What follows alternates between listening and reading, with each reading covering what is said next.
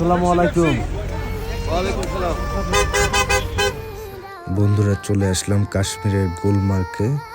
Gas, এখানের মানুষ অত্যন্ত ভালো এবং বন্ধুসুলভ আচরণ করে সবাই, এবং তারপরেও সবাই একটু সাবধান থাকার চেষ্টা করবেন।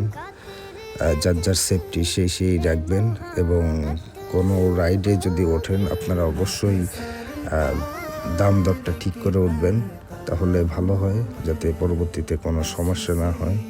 এদিকে আপনারা সবসময় লক্ষ্য রাখবেন। দেখুন, পুরো রাস্তাঘাট, দোকানপাট সব কিছুই বরফে ছেয়ে গেছে। এটা হচ্ছে বরফের একটা রাজ্য। এটা হচ্ছে কাশ্মীর, গুলমার্গ। আমরা এখন নাস্তা করব এখানে।